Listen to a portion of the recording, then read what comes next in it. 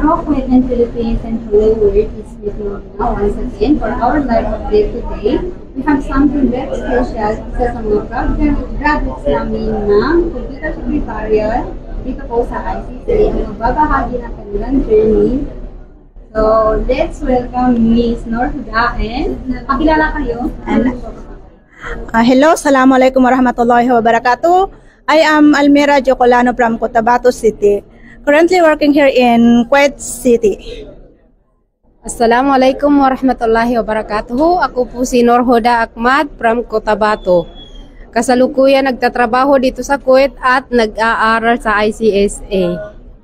So, pwede po ba malaman ko kung paano niyo po nalaman yung ICSA po? Pakiulit po. Pwede po ba malaman paano niyo po nakilala ang ICSA? Ako, nakilala ko itong EXA dahil sa kaibigan ko kasi siya ang unang nakakilala nito kaya niyaya niya akong mag-aral dito sa ICSA. Ako nakilala kong ICSA actually matagal na. Kaso lang, yung kaba sa aking puso, hindi ko malabanan. Gusto ko talaga mag-aral dito. Kaso lang, sabi ko, paano ko naman kayang pagsabayin ang pag-aaral at saka pagtatrabaho? Alam naman natin na mahirap ang trabaho dito sa Kuwait, di ba? Pero sa lakas ng loob ko, tinatry ko talaga na mag-enroll para masubukan naman kung kaya ko o hindi. Ano po yung biggest challenge mo bago ka nag-aral sa ICSA? Malaki ang challenges ko sa sa buhay, sa trabaho. Kasi alam mo naman pag isang OFW ka lalo na pag sa bahay ka nagtatrabaho, lahat sa iyo ang trabaho. Tapos hindi mo alam kung makasurvive ka o hindi. Tapos naisipan mo mag-aral kasi gusto mo mabago yung buhay mo. Sa hirap ng pagtrabaho sa bahay lang. Ako naman sa totoo lang, kahanga-hanga din kasi nakayanan pagsabayin ba yung pag-aral at saka pagtatrabaho sa bahay. So, bakit mo napili yung Computer Secretarial course po ng ICSA? Pinili ko tong course dahil alam kong makakatulong sa akin ito sa kahit anong trabaho na gusto kong mapasukan, malaking may tutulong sa akin nitong Computer Secretarial course. Ako naman napili ko din ang secretarial course kasi alam ko kahit anong klase ng trabaho na papasukin ko ay kinakailangan ito. Kahit saan sa Pilipinas o dito man sa ibang bansa, malaking tulong ito para sa akin. Ano yung pinaka-helpful na natutunan mo sa course na ito? Ang helpful na natutunan ko sa pag-aral ko dito ay tulad ng paggawa ng iba't ibang document. At saka document at saka marami pang iba yung paggawa ng mga anumang bagay na gamit ang computer. Kaya kailangan namin talaga itong Computer Secretarial course. So, paano mo nagawang ipagsabay ang trabaho at pag-aaral? Yan po ang mahirap ipaliwanag, ma'am. Sa totoo lang mahirap ipaliwanag kasi imagine mo nagtatrabaho ka sa umaga tapos sa gabi gagawa ka ng project. Kaya ang hirap talaga ipaliwanag yun. Pero kinakaya dahil sa pangarap, siyempre. So, ano yung memorable experience niyo sa ICSA na gusto niyo pong i-share? Ang memorable ko dito ay marami.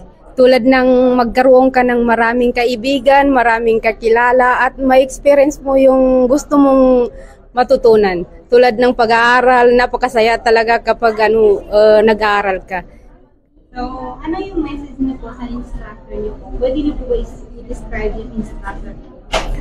Ang message ko sa aming instructor is maraming salamat sa kanya dahil sa kanyang pagtuturo, sinikap niya nga magtuturo, yung lahat ba ginagawa niya para lang matuto ang kanyang mga estudyante. Tulad si Ma'am Susan po, walang iba kundi si Ma'am Susan. God bless po sa iyo.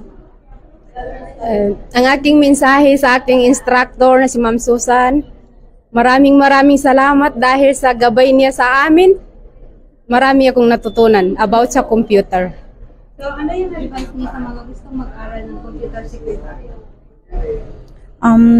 Sa mga gusto pong mag-aral dito sa EXA, kahit anong, marami po silang klaseng courses.